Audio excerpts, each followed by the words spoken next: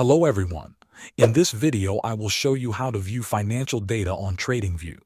First, open TradingView in your browser and log in to your account. Once you are logged in, open any chart. You can search for a stock in the search bar at the top of the screen and select it. When you click on it, the chart will open. After the chart is opened, look at the top menu of the screen. You will see different options in this menu. Find the option that says Indicators and click on it. When you click on Indicators, a pop-up window will appear. This window shows many different tools and options that you can add to your chart. Inside this pop-up, look for the section called Fundamentals. Click on Fundamentals. After you click on it, you will see several categories appear at the top of the pop-up window. These categories include income statement, balance sheet, cash flow, and statistics. Now you can choose the type of financial data you want to see.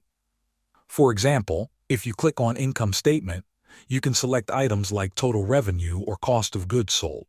If you choose Balance Sheet, you can select items like total assets or total liabilities. In Cash Flow, you can select operating cash flow or free cash flow. In Statistics, you can choose ratios and other important financial numbers. Once you select the specific item, it will be applied to your chart. You will see the data displayed directly on the chart, which helps you analyze the company more clearly. Thanks for watching.